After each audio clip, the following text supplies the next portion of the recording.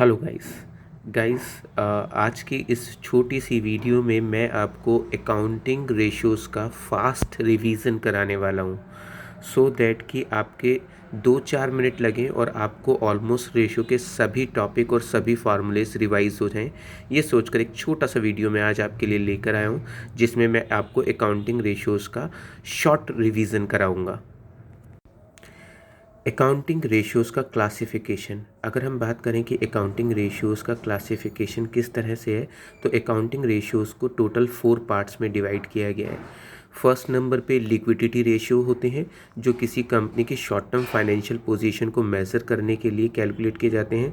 दूसरे नंबर पे solvency ratio होते हैं जो किसी भी कंपनी की लॉन्ग टर्म फाइनेंशियल पोजीशन को कैलकुलेट करने के लिए मेज़र किए जाते हैं। तीसरे नंबर पे टर्नओवर रेशियो होते हैं जिसमें हम जो भी रेशियोज़ हैं वो सेल्स यानी टर्नओवर के बेसिस पे कैलकुलेट करते हैं। और चौथे नंबर पे प्रॉफिटेबिलिटी रेशियोज़ होते हैं जहां पर हम कंपनी की प्रॉफिटेबिलिटी को in terms of percentage measure करते हैं। तो रेशियो एनालिसिस में रेशियोज़ को 4 पार्ट्स में डिवाइड किया गया है: liquidity ratio, solvency ratio, activity या टर्नओवर रेशियो और फोर्थ नंबर पे profitability ratio.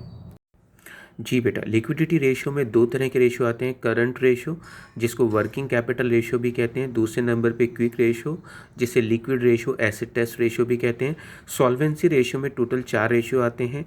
Date to equity ratio, दूसरे नंबर पे total assets to debt ratio, तीसरे नंबर पे प्रोप्राइटरी रेशियो, चौथे नंबर पे interest coverage ratio.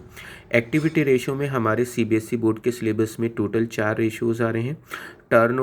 Inventory turnover ratio, दूसरे नंबर पे ट्रेड रिसीवेबल टर्नओवर रेशियो, तीसरे नंबर पे ट्रेड पेबल टर्नओवर रेशियो और फोर्थ नंबर पे वर्किंग कैपिटल टर्नओवर रेशियो। इसी तरीके से प्रॉफिटेबिलिटी रेशियोज़ में टोटल 5 रेशियोज़ हमारे सिलेबस में: gross profit ratio, operating cost ratio, operating profit ratio, net profit ratio और रिटर्न ऑन इन्वेस्टमेंट जिसे हम रिटर्न ऑन कैपिटल एम्प्लॉयड के नाम से भी जानते हैं। लिक्विड रेशियो में 2 रेशियो आते हैं: करंट रेशियो जिसे वर्किंग कैपिटल रेशियो कहते हैं, दूसरे नंबर पे क्विक रेशियो जिसे लिक्विड रेशियो या एसिड टेस्ट रेशियो भी कहते हैं। करंट रेशियो का फार्मूला है current assets divide by current liabilities, जबकि लिक्विड रेशियो का फार्मूला है liquid asset divide by current liability. Current assets में cash, bank, debtor, BR, stock, prepaid expense, short term investment, marketable security. इसके अलावा accrued income आता है। Current liability के अंदर creditor, BP, bank overdraft, outstanding expenses, provision for tax और propose dividend आता है। जबकि लिक्विड एसेट्स के अंदर केवल स्टॉक और प्रीपेड एक्सपेंसेस को इंक्लूड नहीं करते हैं। बाकी सभी करंट एसेट्स के टोटल सम को हम लिक्विड एसेट्स ही बोलते हैं बेटा जी। सॉल्वेंसी रेशियो में पहले नंबर पे जो रेशियो होता है उसको हम बोलते हैं डेट इक्विटी रेशियो, जिसका फार्मूला होता है long term debt upon share holder fund. Long term debt में debentures, bank loan, public deposit आते हैं, वो सभी लायबिलिटीज जो आफ्टर 1 ईयर पे करनी होती हैं, इन्हें नॉन करंट लायबिलिटी भी कहते हैं।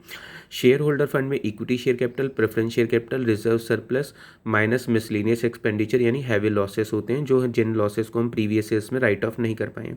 दूसरे नंबर पे total assets to debt ratio आता है। टोटल एसेट्स आप जानते हैं फिक्स्ड एसेट्स, करंट एसेट्स और इन्वेस्टमेंट के सम को कहते हैं। अपॉन में लॉन्ग टर्म डेट होता है। प्रॉपर्टी रेशियो का फार्मूला होता है share holder fund upon total assets. और फोर्थ नंबर पे आता है इंटरेस्ट कवरेज रेशियो, जिसमें फार्मूला होता है profit before interest and tax divide by interest. Interest हमेशा बैंक लोन और डिबेंचर्स और पब्लिक डिपॉजिट पे कैलकुलेट होता है। इसके नेक्स्ट नंबर पे आता है टर्नओवर रेशियो, जिसमें फर्स्ट नंबर पे आता है इन्वेंट्री टर्नओवर रेशियो, जिसका फार्मूला होता है cost of RFO divide by average stock. Average stock निकालने के लिए हम opening stock plus closing stock divide by 2 करते हैं। कॉस्ट ऑफ आरएफओ निकालना है तो सेल्स में से ग्रॉस प्रॉफिट को माइनस कर दें, या फिर कॉस्ट ऑफ आरएफओ निकालना है तो opening stock plus purchases plus direct expenses minus closing stock कर दें। दूसरे नंबर पे आता है ट्रेड रिसीवेबल टर्नओवर रेशियो, जिसका फार्मूला होता है नेट क्रेडिट सेल्स या net credit revenue from operation upon average trade receivable. Average trade receivable अगर हमको निकालना है तो opening debtor and BR plus closing debtor and BR divide by 2, या फिर डेटर प्लस बीआर भी कर सकते हैं। ट्रेड पेबल टर्नओवर रेशियो निकालना है तो net credit purchase divide by average creditor होते हैं। एवरेज क्रेडिटर निकालना है तो हमारे पास होता है क्रेडिटर प्लस बीपी, या फिर opening creditor and BP plus closing creditor and BP divide by 2। Last number पे आता है वर्किंग कैपिटल टर्नओवर रेशियो। इसका फार्मूला होता है cost of revenue from operation divide by working capital. Working capital कैसे निकालते हैं, इसके लिए सिंपल सा तरीका है कि आप करंट एसेट्स के सम में से करंट लायबिलिटी को माइनस करें, जो बचेगा वो वर्किंग कैपिटल कहलाया जाएगा। इसके नेक्स्ट नंबर पे आता है प्रॉफिटेबिलिटी रेशियो, जिसमें पहले नंबर पे ग्रॉस प्रॉफिट रेशियो निकालना है। ग्रॉस प्रॉफिट रेशियो निकालने के लिए फार्मूला है gross profit upon net sales. Net sales निकालना हो तो सेल्स में से सेल्स रिटर्न घटा दीजिए इंटू 100। ऑपरेटिंग कॉस्ट रेशियो निकालना है तो operating cost divide by net cell into 100। Operating cost निकालना है तो इसके लिए हमें cost of RFO plus operating expenses जोड़ने होते हैं। ऑपरेटिंग एक्सपेंसेस के अंदर office and administrative expenses, selling and distribution expenses plus depreciation आता है। इसके बाद हमें ऑपरेटिंग प्रॉफिट रेशियो निकालना है तो इसका फार्मूला है operating profit divide by net cell into 100। Operating profit निकालना है तो उसके लिए आपको ग्रॉस प्रॉफिट में से केवल ऑपरेटिंग एक्सपेंसेस घटाने हैं। ऑपरेटिंग एक्सपेंसेस के अंदर आपको बताया कि office and administrative expense, selling and distribution expense और डेप्रिसिएशन आता है। नेट प्रॉफिट रेशियो निकालना है तो net profit after tax upon net cell into 100 होता है। यहाँ पर आप बिफोर टैक्स भी ले सकते हैं, डिपेंड करता है क्वेश्चन में क्या इन्फॉर्मेशन है।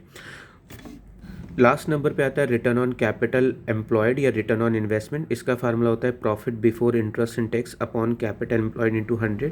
कैपिटल एम्प्लॉयड निकालना है तो हमको इसमें share holder fund plus long term date कर दें तो हमारे पास कैपिटल एम्प्लॉयड आ जाएगा। यह एक दूसरा तरीका होता है fixed assets plus trade investment plus current assets minus current liability कर दें तो भी हमारे पास कैपिटल एम्प्लॉयड आ जाएगा। अगर बेटा आपको ये वीडियो अच्छा लगा है तो प्लीज़ सब्सक्राइब द चैनल और इस वीडियो को अपने फ्रेंड्स के साथ ज़्यादा से ज़्यादा शेयर करें।